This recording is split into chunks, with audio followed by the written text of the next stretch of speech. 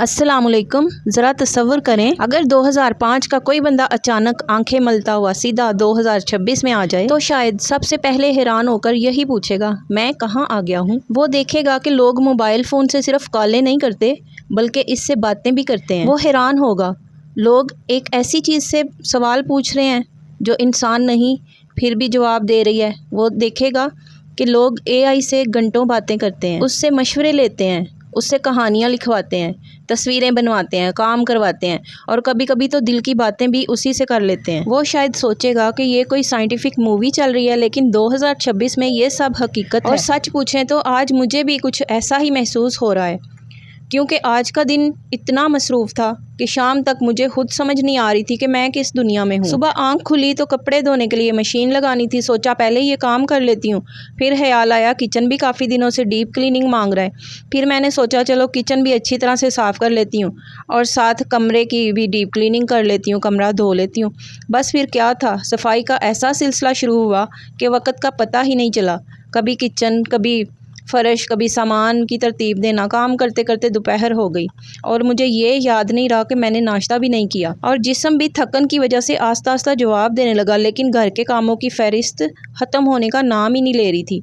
आखिरकार सारे काम मुकम्मल हुए तो मैंने शावर लिया और दिल में सोचा कि अब चंद मिनट सुकून से बैठती हूँ। लेकिन शायद आज आराम मेरे नसीब में ही नहीं था।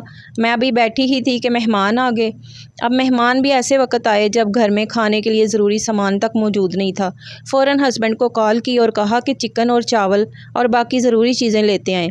जब सामान आया तो सच बताऊँ इस वक्त मेरा दिल चाह रहा था कि बस बिस्तर पर लेट जाऊँ, लेकिन मेहमानों की खातिर दोबारा हिम्मत जमा की, किचन में गई और बिरयानी बनाने की तैयारी शुरू कर दी। इसी थकन, इसी मसरूफ़ियत और इसी भाग दौड़ के दरमियान बिरयानी की तैयारी की, घर भी संभाला, मेहमानों की भी खातिरदारी की और सबसे बढ़कर आप लोगों के लिए वीडियो भी बनाई।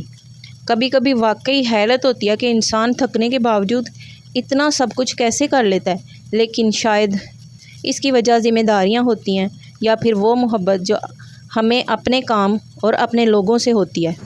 और इधर मेरी मज़ेदार सी बिरयानी तकरीबन तैयार हो चुकी थी। अल्हम्दुलिल्लाह बिरयानी इतनी मज़े की बनी कि सारे दिन भर की थकन ही उतर गई।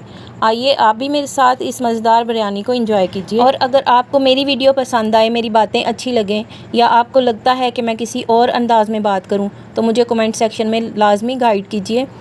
आप लोगों की राय मेरे लिए बहुत अहम है, क्योंकि इसी से मुझे सीखने का और बेहतर होने का मौका मिलता है। सच कहूँ तो आपके कमेंट्स पढ़कर और आपका रिस्पांस देखकर बहुत खुशी होती है। आप लोगों की मोहब्बत और सपोर्ट ही मुझे मज़ीद अच्छा कंटेंट बनाने का हौसला देती है। तो वीडियो अच्छी लगे तो एक प्यारा सा कमेंट ज़रूर कीजिएगा।